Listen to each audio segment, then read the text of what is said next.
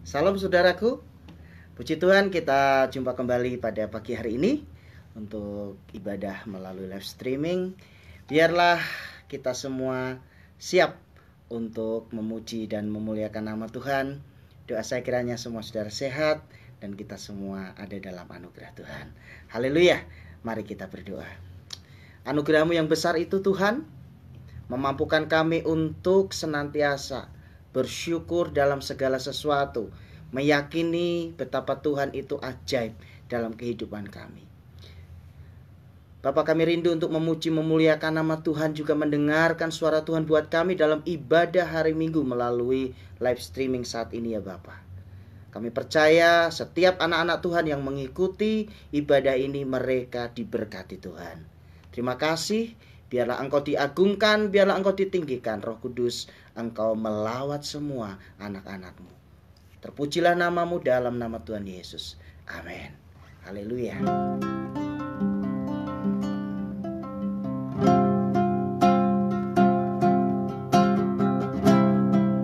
Terima kasih Tuhan. Haleluya.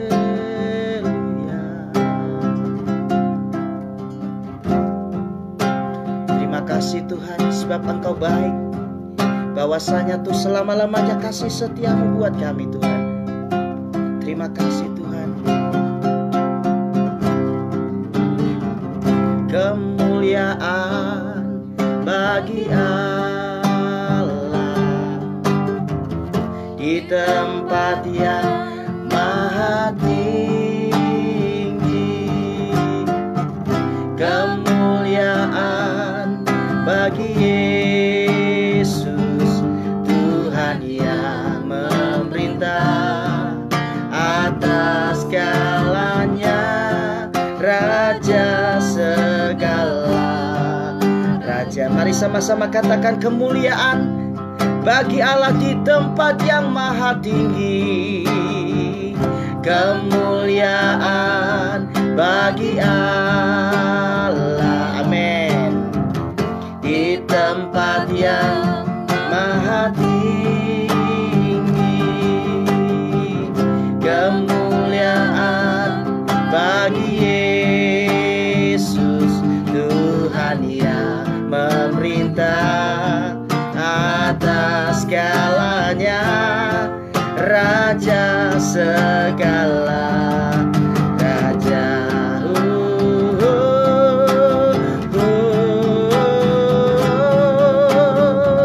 Kemuliaan bagi Allah di tempat yang maha tinggi. Oh, kemuliaan bagi Yesus, Tuhan yang memerintah atas segalanya, Raja segala Raja. Sama-sama katakan kemuliaan.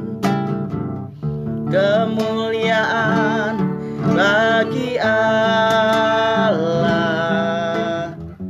di tempat yang maha tinggi. Oh, kemuliaan bagi Yesus, Tuhan yang memerintah atas segalanya, Raja segala Raja. Tuhan yang memerintah, Tuhan yang memerintah atas segalanya,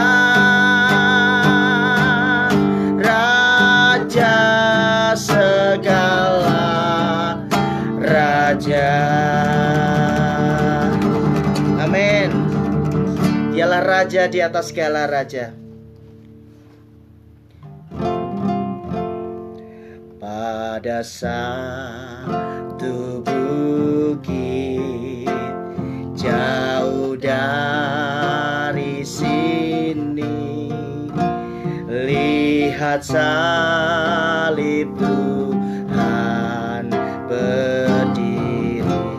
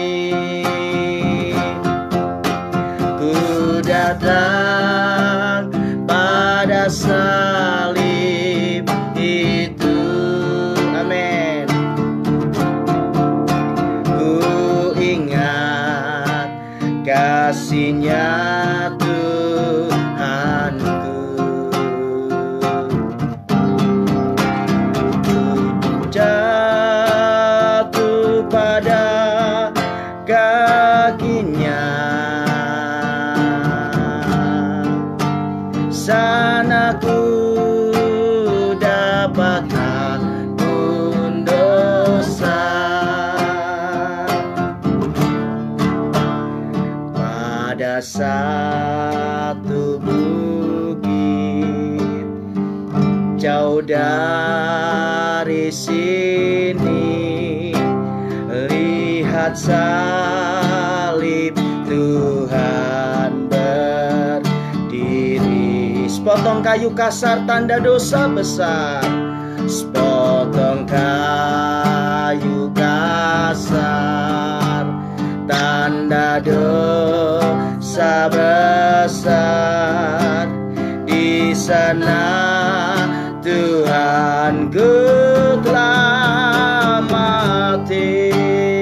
Amin. Ku datang pada salib itu, ku ingat kasih-Nya Tuhanku.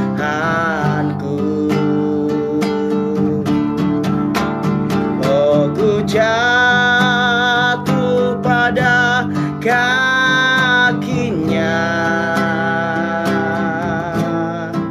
sana ku dapat ampun dosa. Katakan, ku datang pada salib itu. Ku datang pada salib itu. Amin, amin Tuhan. Ku ingat kasih-Nya Tuhanku.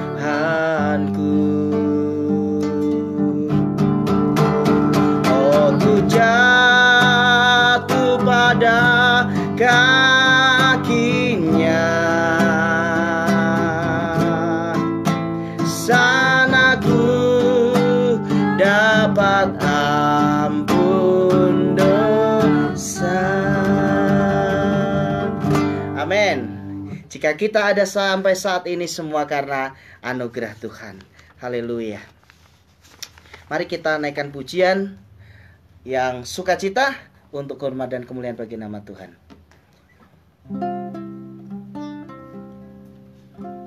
Bangkit, serukan nama Yesus.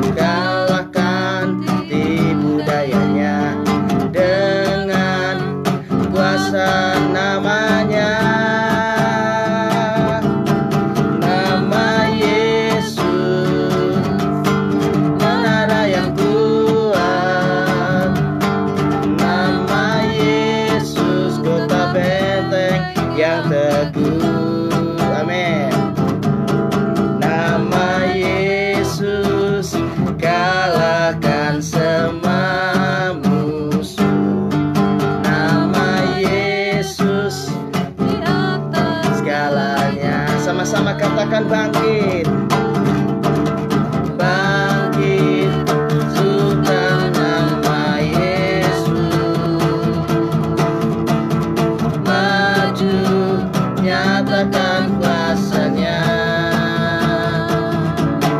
Kita buang iblis gemeta, kalahkan tipu dayanya dengan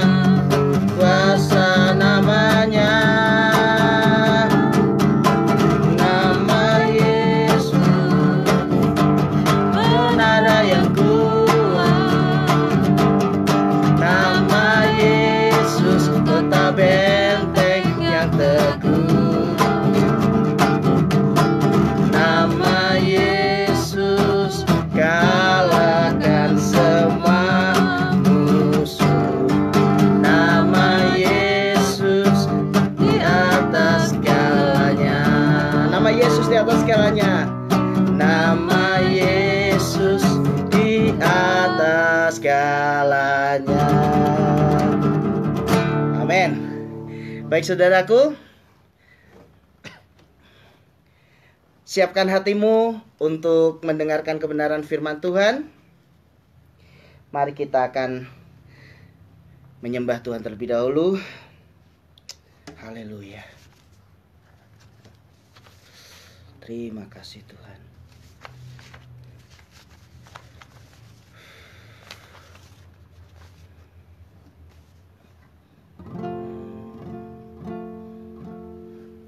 Karena salibmu ku hidup, karena Engkau yang berkuasa sanggup untuk melakukan mujizat-Mu. Karena salibmu ku hidup, karena salibmu ku menang. Engkau yang berkuasa sanggup untuk melakukan mujizat-Mu.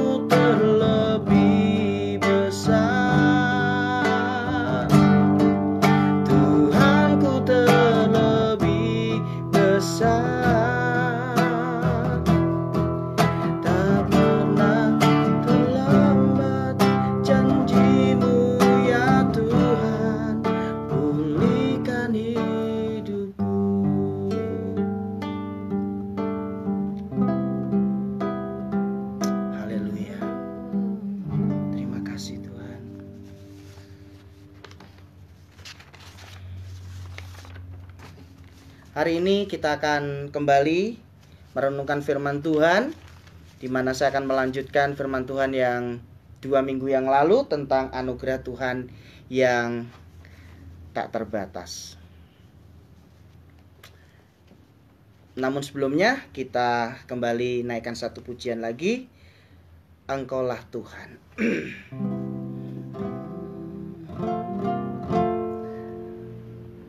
Engkaulah Tuhan,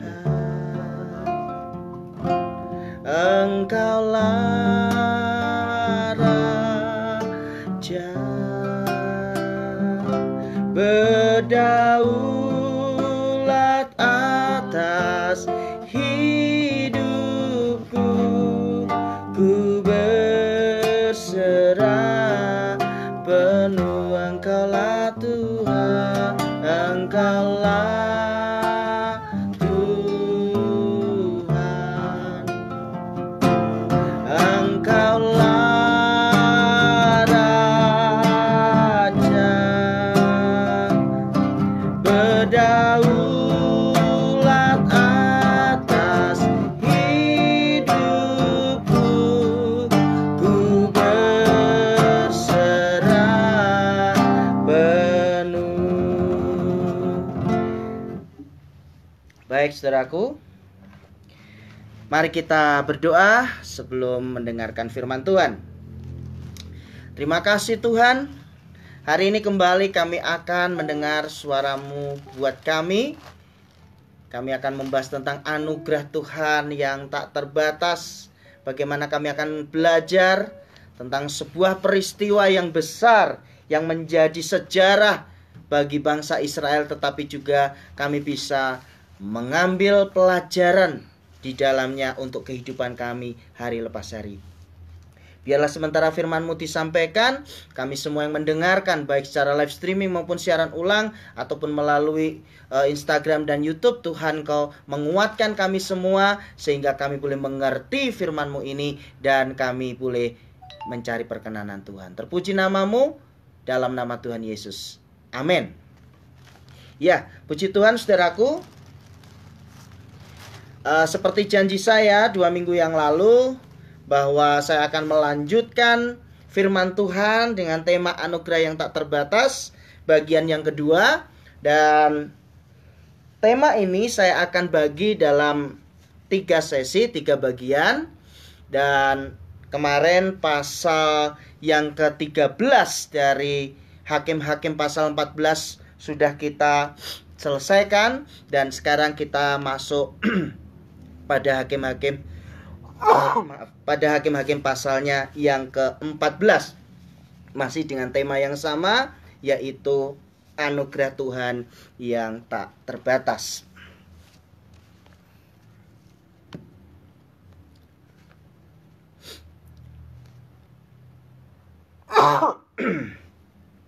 Perkawinan Simson dan teka-tekinya. Simson pergi ke Timna dan di situ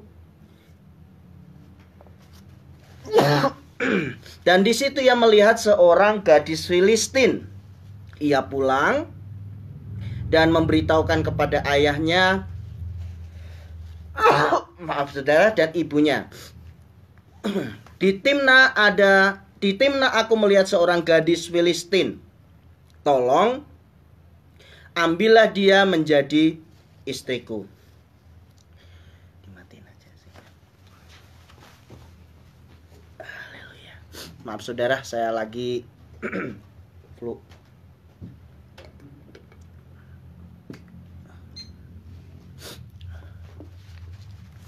Tetapi ayahnya dan ibunya berkata kepadanya, "Tidak adakah di antara anak-anak perempuan sanak saudaramu atau di antara seluruh bangsa kita seorang perempuan sehingga engkau pergi mengambil istri dari orang Filistin, orang-orang yang tidak bersunat itu?" Tetapi jawab Simson kepada ayahnya, "Ambillah dia bagiku, sebab dia kusukai." Tetapi ayahnya dan ibunya tidak tahu bahwa hal itu daripada Tuhan asalnya. Sebab memang Simson harus mencari gara-gara terhadap orang Filistin. Karena pada masa itu orang Filistin menguasai orang Israel. Nah, saudara dikasih Tuhan, kalau kita membaca kisah ini, maka akhirnya kita menyadari bahwa untuk segala sesuatu ada agenda Tuhan di dalamnya. Sehingga kita harus menyadari bahwa semua yang terjadi dalam kehidupan kita itu tidak serta-merta kemudian kita bisa katakan bahwa itu kebetulan. Ya. Kita harus meyakini bahwa Tuhan itu selalu menyertai kita. 2 minggu yang lalu saya sudah menjelaskan bagaimana Tuhan begitu mengasihi bangsa Israel sehingga sekalipun bangsa ini dikenal sebagai bangsa yang tegar tengkuk, tetapi anugerah Tuhan untuk bangsa ini untuk menyelamatkan umat pilihannya ini tetap Tuhan lakukan. Sehingga ketika masa hakim-hakim pada waktu itu adalah Tuhan menunjuk Simson menjadi hakim atas bangsa Israel. Nah, bagian yang pertama kemarin kita sudah berbicara tentang bagaimana Tuhan bekerja dengan caranya yang ajaib, di mana Tuhan menyelamatkan satu keluarga dari bullying karena mereka tidak memiliki keturunan, dan akhirnya Tuhan membuat mujizat yang luar biasa sehingga mereka akhirnya mendapatkan keturunan yang pada akhirnya dipakai oleh Tuhan untuk menjadi penyelamat bagi bangsanya. Nah, hari ini saya masih membahas tokoh yang sama, yaitu Simson, dari sudut pandang bagaimana Tuhan memakai sebuah peristiwa yang tidak lazim. Ya, saya ulangi, Tuhan memakai sebuah peristiwa yang tidak lazim untuk menggenapi rencananya. Nah, kita tahu bahwa bangsa Israel mereka tidak diizinkan kawin campur. Sehingga ketika Simson sudah dewasa, dia sudah menginginkan untuk berkeluarga, lalu dia mau mencari istri yang bukan dari bangsanya, makanya ayahnya menegur dia.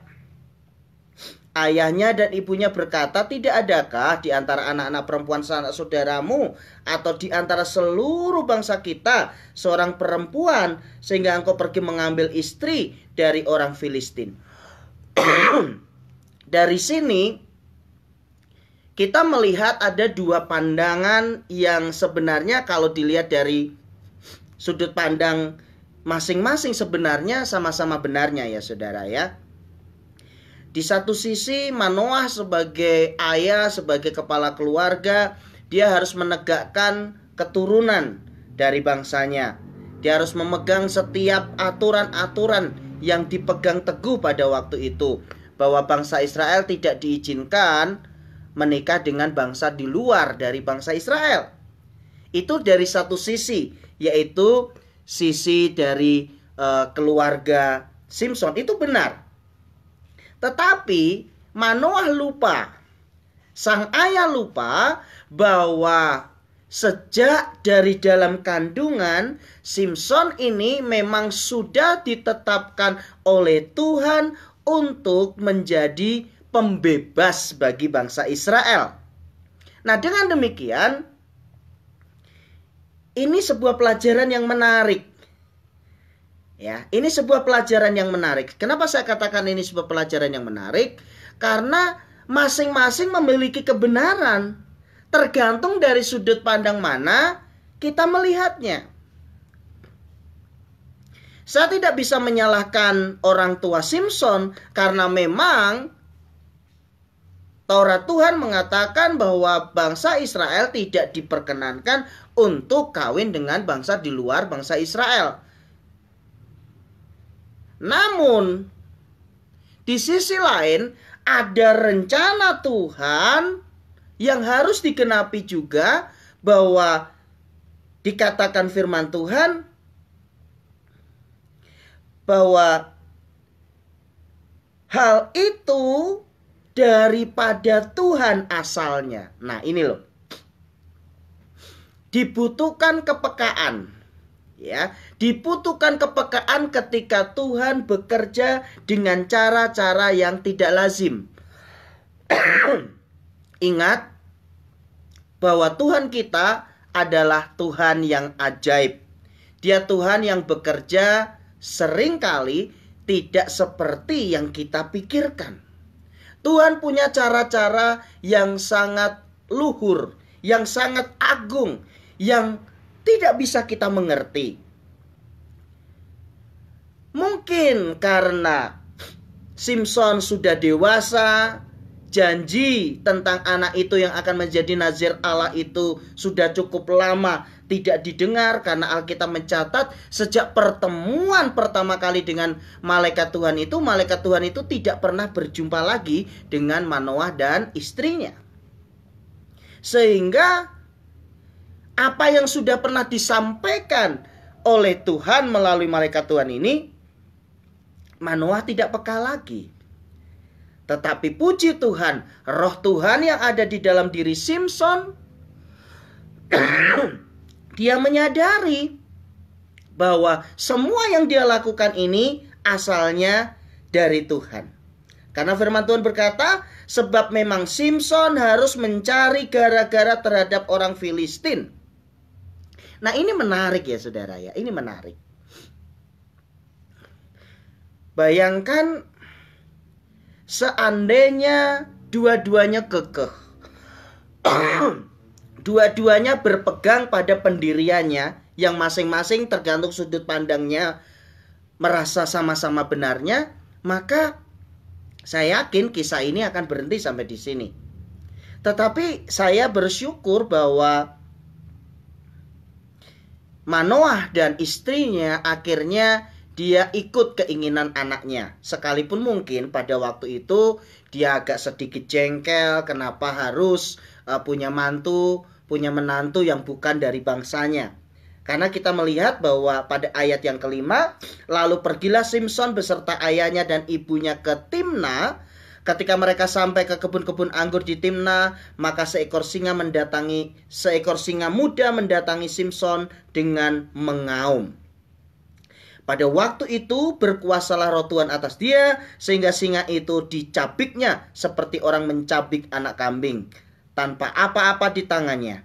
Tetapi tidak diceritakannya kepada ayahnya atau ibunya apa yang dilakukannya itu. Nah, di sini kita melihat bahwa Simson ini berjalan dengan feelingnya, saudara ya. Dia mungkin tidak terlalu paham kenapa kok dia punya kekuatan demikian besar. Tetapi karena dia yakin bahwa apa yang dia miliki itu berasal dari Tuhan, makanya dia lakukan aja semua secara natural saja. Ketika berjumpa dengan bahaya, yaitu berupa singa, dia menghajar singa itu, dan dikatakan bahwa dia mencabik singa itu seperti mencabik anak kambing. Artinya apa? Kekuatan dari Simson ini jauh lebih besar daripada kegarangan singa itu sendiri. Maka pergilah ia ke sana, lalu bercakap-cakap dengan perempuan itu, sebab Simson suka kepadanya. Setelah beberapa waktu, kembalilah ia ke sana untuk kawin dengan perempuan itu. Dan ketika ia menyimpang dari jalan untuk melihat bangkai singa itu, tampaklah ada kawanan lebah pada kerangka singa itu, dan juga madu. Dikeruknya madu itu ke dalam tangannya, dan sambil memakannya ia berjalan terus. Kemudian pergilah ia kepada ayahnya dan ibunya, dan memberikan juga kepada mereka, lalu mereka memakannya. Tetapi tidak diceritakannya kepada mereka bahwa madu itu dikeruknya dari kerangka singa. Jadi di sini Alkitab mencatat bahwa akhirnya kedua orang tua dari Simson mengalah. Dia mengikuti keinginan anaknya. Sekalipun mungkin dari hati kecilnya yang terdalam dia merasa bahwa aduh kok kayak gini ya, punya anak satu-satunya tapi harus mengambil dari bangsa yang bukan bangsanya. Tetapi dia berusaha untuk mengerti anaknya.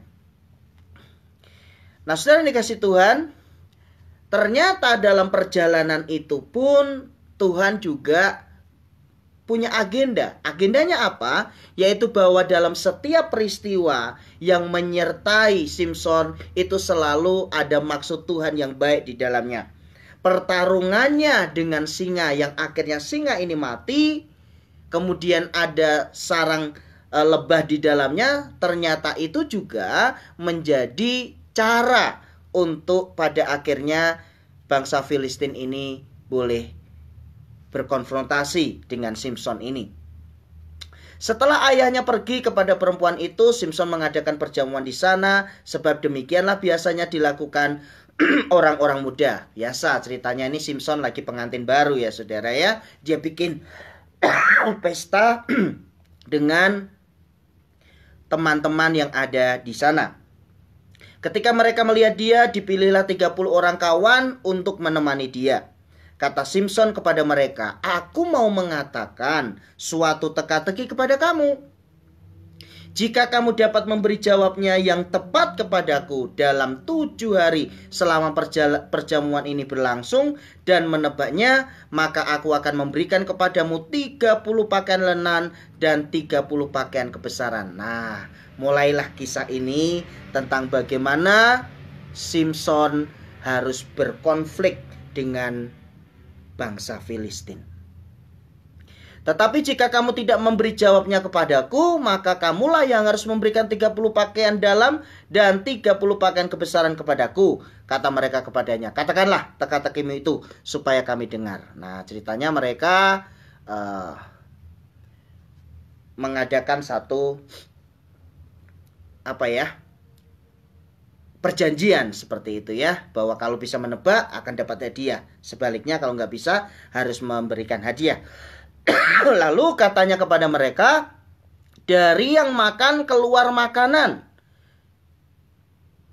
dari yang kuat keluar manisan. Nah, ini kan kisah dari singa yang dibunuh oleh Simson itu tadi ya saudara ya. Ada 3 hari lamanya mereka tidak dapat memberi jawab teka-teki itu. Pada hari ke-7 berkatalah mereka kepada istri Simson, bujuklah suamimu supaya diberitahukannya kepada kami jawab teka-teki itu. Kalau tidak, kami akan membakar engkau beserta seisi rumah ayahmu. Apabila engkau mengundang kami untuk membuat, apakah engkau mengundang kami untuk membuat kami menjadi miskin? Tidak, bukan? Nah, di sini mulai ada masalah saudara ya. Dengan teka-teki yang diberikan oleh Simson ini, akhirnya orang Filistin ini tidak bisa menebak, mereka curang saudara. Karena mereka nggak mau membayar apa yang sudah menjadi perjanjian itu, akhirnya dia mulai mengintimidasi dari istri Simson. Kalau tidak diberitahu, maka istri Simson bahkan orang tuanya akan dibakar. Nah, di sini kita melihat. Lalu menangislah istri Simson itu sambil memeluk Simson, katanya, engkau benci saja kepadaku dan tidak cinta kepadaku. Suatu teka-teki kau katakan kepada orang-orang sebangsaku, tetapi jawabnya tidak kau beritahukan kepadaku. Sautnya kepadanya, sedangkan kepada ayahku dan ibuku tidak kuberitahukan. Masakan kepada engkau akan kuberitahukan? Nah, di sini mulai saudara ya, karena istrinya tahu bahwa dia sangat dicintai, dia terus membujuk Simson ya saudara ya. Perhatikan ayat yang ke-17.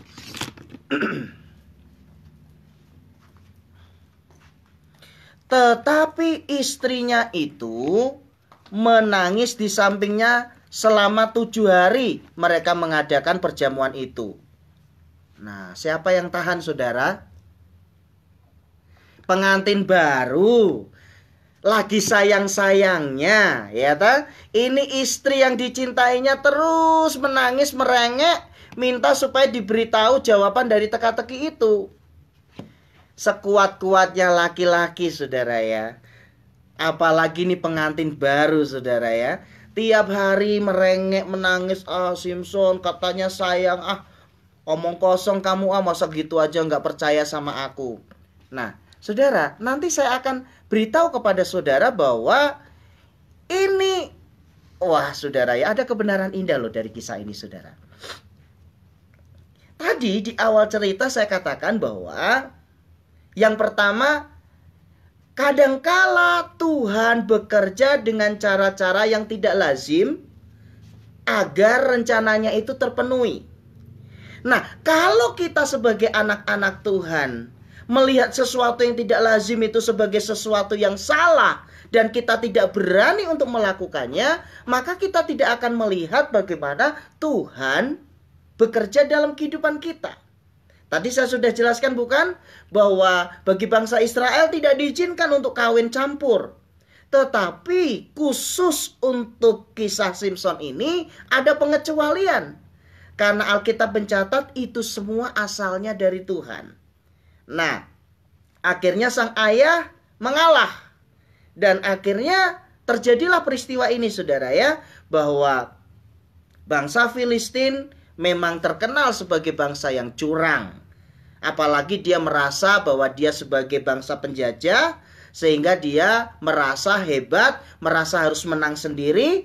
Dan akhirnya dia mengintimidasi dari istri Simson ini. Dan menariknya adalah bahwa karena setiap saat selama 7 hari berturut-turut istri Simpson ini merengek, istri Simpson ini merayu, istri Simpson ini ya namanya juga wanita ya saudara ya. Apalagi Simpson lagi sayang-sayangnya lagi acara bulan madu kan gitu kira-kira. Ya udahlah, akhirnya Alkitab mencatat pada hari yang ketujuh diberitahukannya kepadanya karena ia merengek-rengek kepadanya. Kemudian perempuan itu memberitahukan jawab teka-teki itu kepada orang-orang sebangsanya. Kalau kita melihat kisah ini, maka ada satu kebenaran juga yang bisa kita tarik ya saudara. Kadangkala benteng pertahanan seorang laki-laki itu akan runtuh ketika istri yang dicintainya terus menerus menyerang dia. Padahal ini kan nggak fair kan saudara. Kalau memang mengikuti perjanjian yang kalah ya harus membayar. Tapi karena Simpson menyadari bahwa dia sayang kepada istrinya, dia beritahukan itu. Dan mungkin pada waktu Simpson memberitahukan jawabannya juga, dia belum mengerti rencana Tuhan. Tetapi dia ngikutin feelingnya aja. Dia ngikutin apa yang memang akan terjadi, terjadilah seperti itu ya saudara ya. Lalu pada hari yang ketujuh itu sebelum matahari terbenam berkatalah orang-orang itu kepadanya, apakah yang lebih manis daripada madu? Apakah yang lebih kuat daripada singa? Sautnya kepada mereka, kalau kamu tidak membajak dengan lembu betinaku, pasti kamu tidak menebak teka-tekiku. Di sini Simpson marah sekali saudara. Kenapa? Karena tidak sportif. Bangsa Filistin ke-30 pemuda itu mereka nggak sportif memberikan jawaban. Dia dapat jawaban karena mengancam, mengintimidasi istrinya. Lalu ini menjadi cara Tuhan untuk Simpson akhirnya menunjukkan kuasanya bahwa dia adalah orang yang dipilih oleh Tuhan. Maka berkuasalah roh Tuhan atas dia. Lalu pergilah ia ke Askelon. Dan dibunuhnya 30 orang di sana. Diambilnya pakaian mereka. Dan diberikannya pakaian-pakaian kebesaran itu kepada orang-orang yang dapat memberi jawab teka-teki itu. Tetapi amarahnya masih juga bernyala-nyala. Lalu pulanglah ia ke rumah ayahnya. Maka diberikanlah istri Simpson itu kepada kawannya bekas pengiringnya. Nah saudara, memang peristiwa ini sambung menyambung ya saudara ya. Dan kita bisa melihat dari beberapa angle dari kisah ini. Kenapa saya katakan seperti itu? Bahwa ketidaksportifan bangsa Filistin akhirnya juga membuat Simpson berpikir, oke, kamu yang mulai gara-gara. Akhirnya Simpson pergi ke Askelon, membunuh 30 orang di sana, pakaian mereka dilucutin dan diberikan kepada ke-30 pemuda yang bisa menebak dengan cara yang sangat-sangat tidak sportif itu saudara. Dengan cara yang sangat curang. Sebagai laki-laki dia merasa bahwa dia dicurangin oleh istrinya, oleh bangsanya. Sehingga dia marah, dia kecewa, dan akhirnya dia pulang ke rumah ayahnya. Nah ketika Simpson itu pulang ke rumah ayahnya, sebuah tragedi terjadi. Apa itu? Maka diberikanlah istri Simpson itu kepada kawannya bekas pengiringnya. Nah ini saudara. Jadi kemarahan Simpson itu double-double ya saudara ya. Yang pertama dia marah karena istrinya diperalat untuk mendapatkan jawaban dari teka-teki dia. Kemudian kemarahan dia berikutnya, baru saja dia tinggalkan istrinya ini untuk mengunjungi ayahnya supaya reda amarahnya ya saudara ya. Ternyata istrinya malah diberikan kepada orang lain.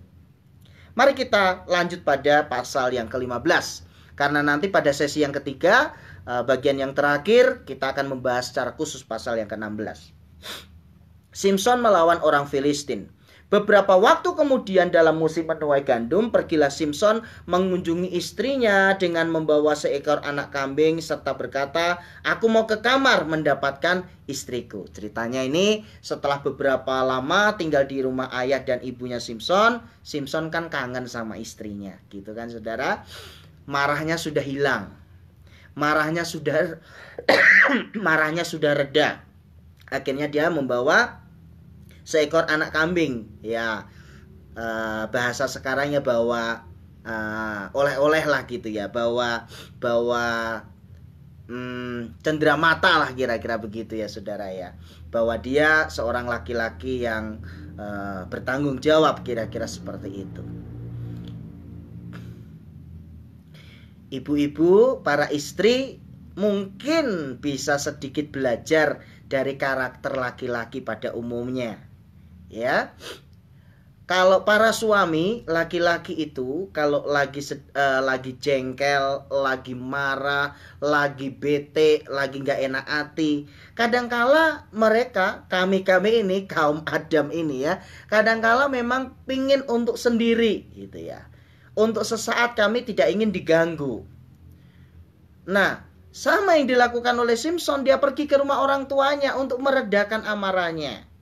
Karena kalau orang lagi marah, kadangkala semua tindakannya kan ngaco, saudara ya.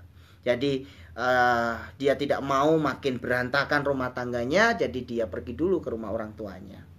Dia tidak menyadari bahwa akan ada masalah besar yang baru lagi yang terjadi. Sehingga ketika dia dengan polos, dia dengan keinginan untuk kembali kepada istrinya, ternyata yang terjadi adalah bahwa istrinya sudah diberikan kepada orang lain. Tetapi ayah perempuan itu tidak membiarkan dia masuk. Kata ayah perempuan itu, "Aku telah menyangka bahwa engkau benci sama sekali kepadanya. Sebab itu aku memberikannya kepada kawanmu. Bukankah adiknya lebih cantik daripadanya? Baiklah, kau ambil itu bagimu sebagai gantinya." Nah ini saudara, buat orang Filistin, memberikan istri orang dan menggantikan dengan anak adiknya itu mungkin sesuatu yang biasa saja. Mereka mungkin tidak terlalu menghargai hak-hak dasar dari perempuan. Tetapi tidak demikian dengan Simson. Dia tidak bisa terima hal ini. Lalu kata Simson kepadanya, "Sekali ini aku tidak bersalah terhadap orang Filistin apabila aku mendatangkan celaka kepada mereka." Nah, jadi kekecewaan Simson ini berulang-ulang saudara ya. Kekecewaan yang pertama, istrinya harus memberitahukan jawab teka-teki yang dia berikan karena diintimidasi oleh bangsanya. Kekecewaan yang kedua, bahwa istrinya diberikan kepada orang lain. Nah, itu yang menyebabkan Simson ini marahnya luar biasa terhadap bangsa Filistin. Lalu dia katakan, "Sekali ini aku tidak bersalah terhadap orang Filistin apabila aku mendatangkan celaka kepada mereka." Ini kisah yang heroik sekali ya saudara. Saya dari beberapa hari merenungkan kisah ini, gimana caranya ya Simson bisa lakukan ini ya saudara ya. Perhatikan baik-baik apa yang ditulis oleh Alkitab saudara.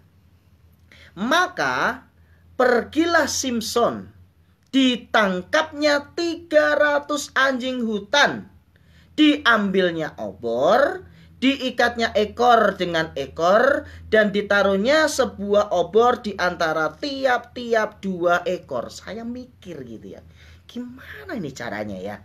Simson tangkap 300 ekor anjing hutan.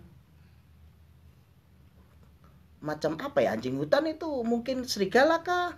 Mungkin hyena kah? Ya mungkin itulah ya. Alkitab hanya mengatakan anjing hutan gitu ya saudara. Ditangkap, lalu setiap ekor dengan ekor diikat, dan di tengahnya itu ditaruh obor gitu saudara ya.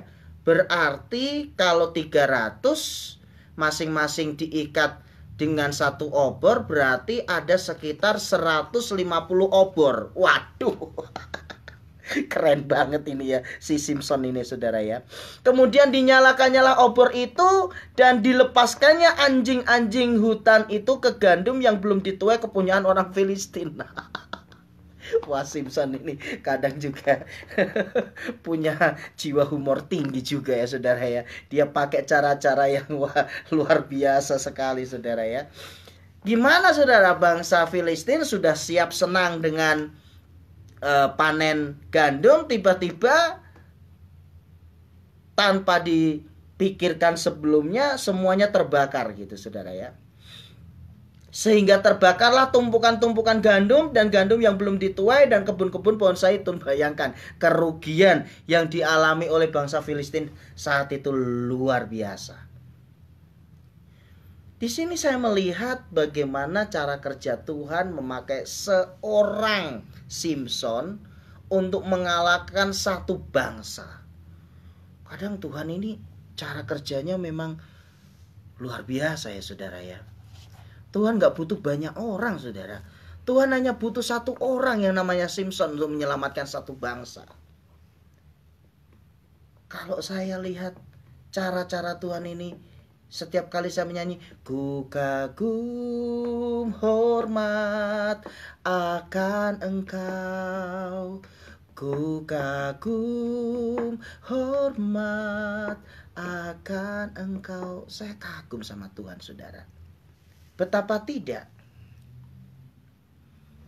Dia bisa melakukan sesuatu yang orang itu mengatakan bagaimana mungkin. Saya juga sampai sekarang masih bingung gitu ya. Gimana caranya Simpson menangkap 300 anjing hutan, lalu setiap ekor dengan ekor diikat dengan obor, ada sekitar 150 obor, dibakar obornya, kemudian dilepaskan anjing hutan itu sehingga seluruh ladang bangsa Filistin terbakar. Ya siapa yang gak marah ya saudara ya. Siap-siap panen, dalam sekejap panennya jadi abu karena terbakar. Ulahnya Simpson saudara. Berkatalah orang Filistin, siapakah yang melakukan ini? Orang menjawab, Simpson, menantu orang Timna itu. Sebab orang itu telah mengambil istri Simpson dan memberikannya kepada kawannya. Kemudian pergilah orang Filistin ke sana dan membakar perempuan itu beserta ayahnya. Kejam saudara. Jadi saking jengkelnya bangsa Filistin karena kebun-kebun gandum mereka terbakar. Karena anjing-anjing hutan yang sudah diikat ekornya dan ditaruh obor dan obornya itu dibakar. Akhirnya mereka membalaskannya itu dengan membakar istri Simpson yang sudah diberikan kepada orang lain dan mertua Simpson. Saudara yang dikasih Tuhan,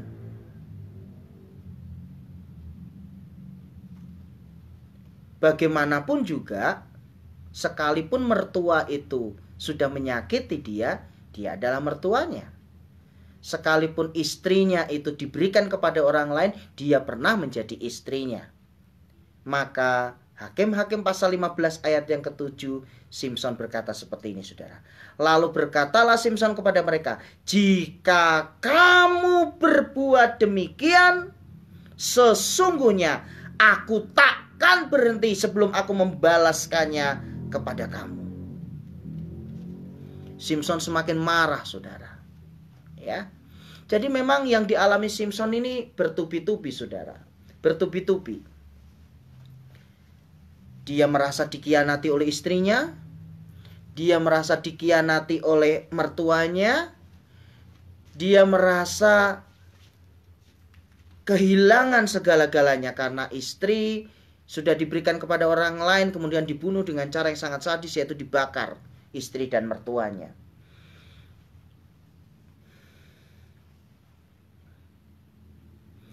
Dan dengan pukulan yang hebat ia meremukkan tulang-tulang mereka. Lalu pergilah ia dan tinggal dalam gua di bukit batu Etam. Jadi Simpson mulai marah Dia bunuh orang-orang Filistin yang dia jumpai, saudara. Lalu majulah orang Filistin dan berkemah di antara daerah Yehuda, berkemah di daerah Yehuda serta memencar ke Lehi. Berkatalah orang-orang Yehuda, "Mengapa kamu maju menyerang kami?" Lalu jawab mereka, "Kami maju untuk mengikat Simson dan memperlakukan dia seperti dia memperlakukan kami." Kemudian turunlah 3.000 orang dari suku Yehuda ke gua di gunung Batu Etam dan berkata kepada Simson, "Tidakkah kau ketahui bahwa orang Filistin berkuasa atas kita? Apakah juga yang telah kau perbuat terhadap kami?" Tetapi jawabnya kepada mereka, "Seperti mereka memperlakukan aku, demikianlah aku memperlakukan mereka." Nah, Simson didemo. Simson didemo oleh bangsanya sendiri. 3.000 orang datang menjumpai dia.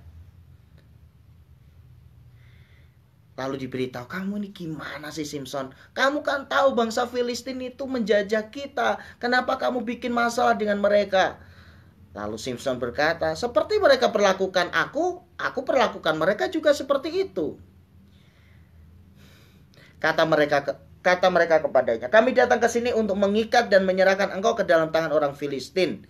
Tetapi jawab Simson kepada mereka, "Bersumpahlah kepadaku bahwa kamu sendiri tidak akan menyerang aku." Nah, di sini Simson sadar bahwa dia tidak mau melukai bangsanya sendiri. Sampai detik ini Simson pun mungkin dia tidak menyadari bahwa semua yang dia lakukan itu sebagai cara Tuhan untuk membebaskan bangsanya dari bangsa Filistin. Karena dia merasa bahwa dia melakukan itu karena dia disakiti. Tetapi tanpa disadari bahwa apa yang dia lakukan itu bagian dari agenda Tuhan. Bagian dari rencana Tuhan untuk menyelamatkan bangsa Israel.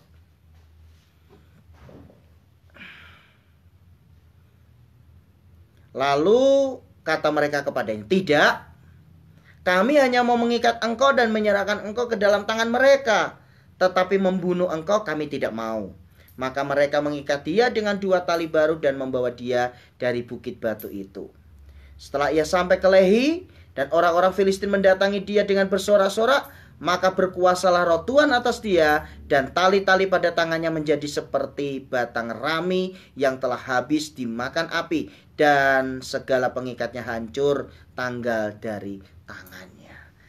Lagi-lagi di sini kita melihat bagaimana Tuhan terus menyertai Simson pada saat-saat yang sangat kritis.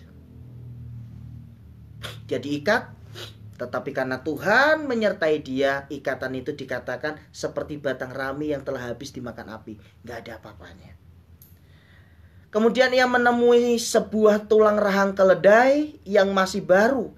Diulurkannya tangannya, dipungutnya dan dipukulnya mati 1.000 orang dengan tulang itu. Bayangkan saudara. Musuh-musuhnya mungkin punya pedang, punya lembing, punya tombak, punya perisai dan lain sebagainya. Simson hanya pakai tulang rahang keledai. Tetapi yang bisa dibunuh Simson pada hari itu adalah 1.000 orang. Wow. Saya kadang kala kalau melihat kisah ini amazing ya saudara ya. Sangat luar biasa. Satu orang hanya dengan tulang rahang keledai membunuh 1.000 orang. Gimana itu ya saudara? Inilah kebesaran Tuhan melalui seorang hakim Israel yang bernama Simson ini. Berkatalah Simson, "Dengan rahang keledai bangsa keledai itu kuhajar, dengan rahang keledai 1.000 orang kupukul." Setelah berkata demikian, dilemparnya tulang rahang itu dari tangannya. Kemudian dinamailah tempat itu Ramat Lehi. Ketika ia sangat haus, ya habis membunuh 1.000 orang saudara ya. Jadi dia dehidrasi, dia kehausan sekali saudara. Berserulah ia kepada Tuhan, "Oleh tangan hambamu ini telah kau berikan kemenangan yang besar itu. Masakan sekarang aku akan mati kehausan dan jatuh ke dalam tangan orang-orang yang tak bersunat itu." Dia ngomong kepada Tuhan itu seperti dia ngomong sama ayahnya sendiri saudara.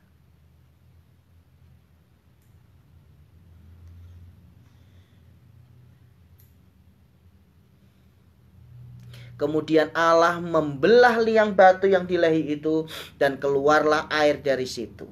Ia minum lalu menjadi kuat dan segar kembali. Sebab itu dinamailah mata air itu mata air penyeru yang sampai sekarang masih ada di Lehi. Ia memerintah sebagai hakim atas orang Israel dalam zaman orang Filistin 20 tahun lamanya. Nah saudara, nanti dalam anugerah Tuhan tak terbatas bagian yang ketiga akan semakin seru saudara ya. Bukan hanya kisahnya yang diceritakan dengan demikian rinci. Nanti kita akan melihat bagaimana anugerah Tuhan itu menyertai sekalipun Simson juga manusia yang punya kelemahan yang sangat fatal dalam dirinya. Minggu yang akan datang kita akan cerita bagaimana karakter itu penting untuk menopang karisma yang besar. Makanya saya bersyukur saudara ya, dulu Tuhan izinkan saya dan beberapa teman satu angkatan kami dididik, kami digembleng pada tahun 1996 di salah satu sekolah berbasis asrama. 4 tahun kami ada di sana, di mana di sana terkenal dengan pendidikan pembentukan karakter.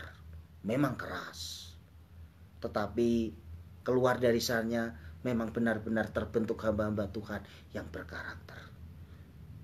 Saudara yang dikasih Tuhan, penting saudara, karakter itu penting. Karena karisma tanpa karakter tinggal tunggu waktu pasti hancur. Tetapi seseorang yang berkarakter, sekalipun mungkin tidak terlalu berkarisma, karakternya itu yang membuat dia bertahan sampai akhir. Itulah saudara yang dikasih Tuhan, penting bagi kita untuk terus membenahi karakter kita, sifat-sifat kita, untuk menjadi anak-anak Tuhan yang mencari perkenanan Tuhan. Dalam anugerah Tuhan yang tak terbatas ini, kita bisa melihat ada beberapa pelajaran yang bisa kita ambil. Yang pertama, kita flashback dari kisah ini bahwa menurut Manoah dan istrinya, mengambil istri yang bukan satu bangsa itu salah. Dari sudut pandang itu memang benar, karena bangsa Israel tidak diizinkan kawin campur. Tetapi di sisi lain, Manoah lupa bahwa Simson ini sejak dari dalam perut istrinya sudah ditentukan untuk menjadi nazir Allah. Itulah sebabnya ada kekhususan dalam dirinya. Sejak dalam kandungan pun tidak boleh minum minuman yang memabukkan, tidak boleh makan makanan yang haram. Jadi benar-benar dikhususkan, dikuduskan, karena dia akan menjadi pahlawan untuk bangsa Israel. Karena jeda waktunya begitu lama, akhirnya Manoah lupa bahwa apa yang diminta Simson untuk kawin dengan perempuan Timna itu adalah bagian dari rencana Tuhan.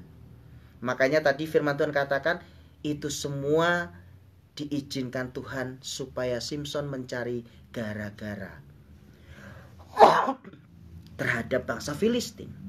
Nah, artinya adalah bahwa kadangkala Tuhan itu bekerja dengan cara yang tidak lazim. Garis bawahi kata kadangkala, tidak selalu. Nah, saudara yang dikasih Tuhan,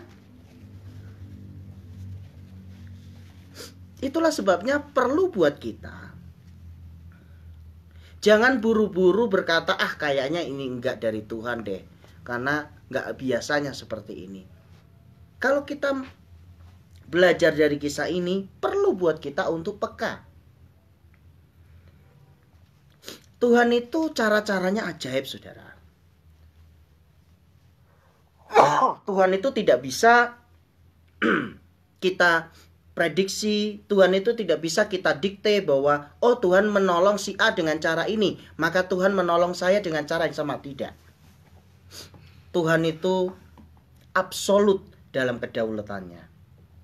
Dia mau melakukan apa saja. Makanya saudara ada lagu suka-sukamu Tuhan, suka-sukamu Tuhan. Biarlah apa yang Tuhan mau kerjakan, sekalipun mungkin kita tidak bisa mengertinya, tetapi kalau kita tahu itu dari Tuhan, lakukan dengan setia. Nah, ternyata benar bukan bahwa dengan perkawinan bangsa di luar bangsa Israel itu, akhirnya Tuhan mengizinkan untuk Simson membunuh banyak sekali orang-orang Filistin. Yang pertama 30 orang, karena untuk merampas pakaiannya diberikan kepada para pemuda yang mendapat jawaban dengan cara yang tidak sportif itu tadi. Berikutnya membunuh 1000 orang hanya dengan tulang rahang keledai. Jadi kita lihat di sini bahwa ayo kita coba untuk mengalir dengan apa yang Tuhan kehendaki dalam kehidupan kita. Mungkin saat ini di tengah pandemi COVID-19 segala sesuatu menjadi tidak mudah. Lalu Tuhan memberikan rema untuk saudara melakukan bisnis A atau bisnis B atau bisnis C. Lalu saudara berkata, bisa nggak ya aku lakukan ini? Coba saudara berdoa. Coba saudara jangan batasi Tuhan. Aku bisa nggak ya? Kalau Tuhan yang menaruh itu dalam hati saudara, Tuhan juga yang akan memberikan kemampuan. Zaman sekarang saudara ya, jangan hanya melihat satu sisi saja bahwa ini ada COVID ini semuanya jadi sepi, dan jangan hanya melihat satu sisi itu. Lihat selalu ada peluang-peluang yang Tuhan bukakan. Nah, itulah pentingnya buat kita untuk cari Tuhan sungguh-sungguh. Andalkan Tuhan sungguh-sungguh. Minta kepada Tuhan, Tuhan, apa yang harus aku kerjakan? Orang yang mengandalkan Tuhan, dia akan selalu melihat Tuhan menyertai hidupnya. Berdoa supaya semua yang dikerjakan oleh tangan saudara itu diberkati oleh Tuhan. Nah, kemudian pelajaran berikutnya adalah bahwa Simson ini seorang yang saya katakan dia sportif ya saudara. Sekalipun dia marah kepada istrinya, tetapi dia tidak meninggalkan terlalu lama, dia balik. Tetapi ternyata istrinya udah dikasih kepada orang lain. Bahkan di akhir kehidupannya istrinya dan mertuanya dibakar oleh bangsa Filistin. Dari situ dia marah luar biasa. Dan kita melihat bahwa dari kemarahan Simson ini, maka ada hal-hal yang di luar nalar bisa dilakukan seorang Simson. Gimana ceritanya? Simson bisa nangkepin ya anjing hutan sebanyak 300 ekor. Kemudian Simson bikin obor, ekor dengan ekor diikat, obor ditaruh di tangan, dibakar, lalu dilepas ke ladang bangsa Filistin. Cara-cara Tuhan memakai Simson ini juga di luar logika kita. Emang gampang apa? Tangkap anjing hutan gitu kan? Masih mending tangkap tikus ya saudara ya, tinggal dipukul gitu ya. Ini anjing hutan. Tapi itulah, karena roh Tuhan bekerja menguasai Simson, apa yang gak mungkin jadi mungkin saudara. Jadi mari yuk kita coba tangkap firman Tuhan ini, bahwa kalau Tuhan sudah memakai kehidupan saudara, jangan pernah katakan aku gak bisa, aku gak mungkin bisa lakukan ini. Mungkin kok saudara, mungkin, sangat mungkin. Mungkin saat ini saudara sedang melakukan usaha tertentu, orang katakan kayaknya ini lagi sepi dan lain sebagainya. Ingat saudara, mulut kita ini penuh kuasa. Sekalipun kenyataannya mungkin lagi sepi, tapi jangan berulang-ulang katakan sepi. Katakan aku diberkati kok. Katakan Tuhan bisa buka jalan kok. Tuhan bisa kirim kok orderan dengan cara apapun bagi saudara yang berbisnis ya. Jangan batasi Tuhan saudara. Mungkin di antara saudara yang menyaksikan firman Tuhan ini baik secara live streaming, siaran ulang, ataupun melalui channel IG ataupun YouTube, saudara mungkin berpikir, aku udah dipecat dari perusahaan, aku harus kerja apa ya? Dari firman Tuhan ini kita jelas, cari Tuhan saudara. Apa yang tidak mungkin itu jadi mungkin kalau Tuhan menyertai.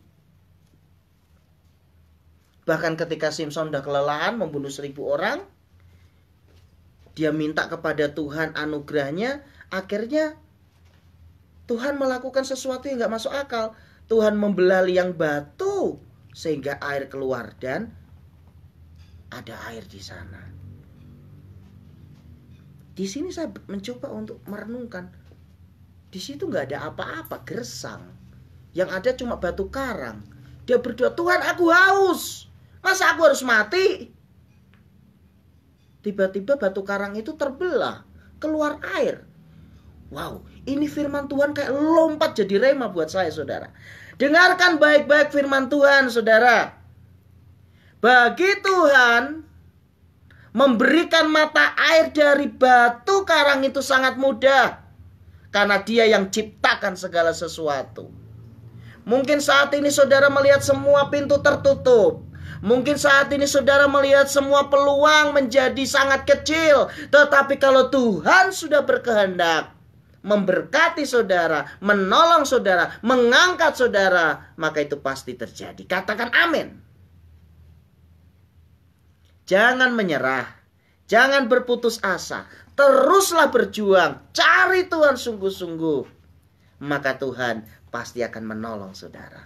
Mari kita lihat dari kisah Simson ini. Kalau dipikir-pikir, terlalu banyak luka yang dia alami. Tetapi Tuhan tetap memakai dia. Karena memang dia ditetapkan untuk menjadi pembebas buat bangsanya. Saudara dan saya ditetapkan Tuhan untuk menjadi kepanjangan tangan Tuhan di muka bumi. Tuhan menetapkan saudara dan saya untuk menjadi alat bagi kemuliaan Tuhan. Jangan mau dengar suara setan bahwa engkau memang nasibnya seperti ini. Tidak saudara. Jika saat ini saudara gagal, itu bukan akhir dari segalanya. Jika saat ini saudara dibohongi, ditipu, dikhianati, itu bukan akhir dari karirmu. Tetapi sebaliknya, Tuhan bisa pakai semuanya itu untuk membukakan cara pandang yang baru bahwa Tuhan sanggup menolong saudara. Haleluya. Anugerah Tuhan tak terbatas, memiliki pengertian bahwa dalam keadaan apapun saat ini kita, Tuhan selalu menyertai kita. Tuhan selalu membela kita.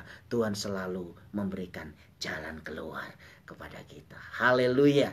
Terpujilah nama Tuhan kekal selama-lamanya. Sampai ketemu nanti minggu yang akan datang dalam ibadah hari Minggu, sehingga kita bisa sama-sama dikuatkan. Mari kita akhiri ibadah kita saat ini. Ku kagum hormat akan Engkau.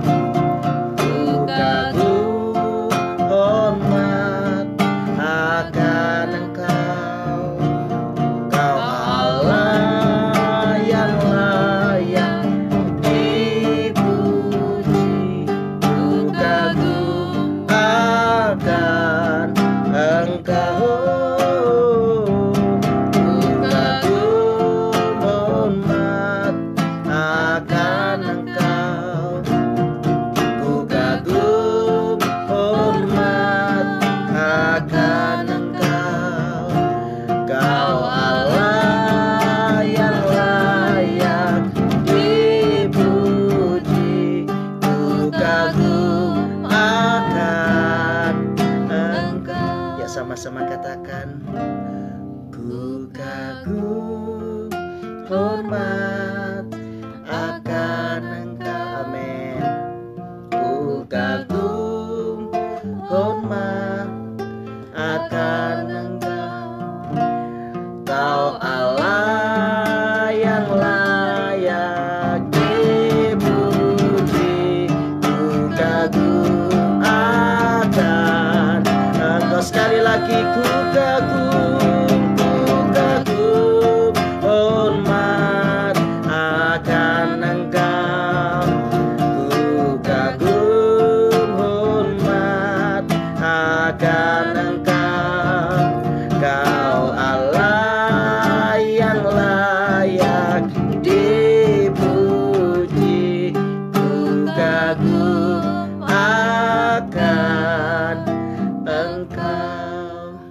Kiranya saudara senantiasa masuk dalam anugerah Tuhan yang tak terbatas. Mari kita berdoa. Terima kasih Tuhan untuk firman-Mu pada siang hari ini. Biarlah firman-Mu menjadi kekuatan buat kami, menjadi penghiburan, bahkan firman-Mu yang menuntun kami untuk terus hidup dalam perkenanan Tuhan. Terima kasih. Tidak lupa kami berdoa untuk bangsa kami, bangsa Indonesia. Kiranya senantiasa diberkati Tuhan.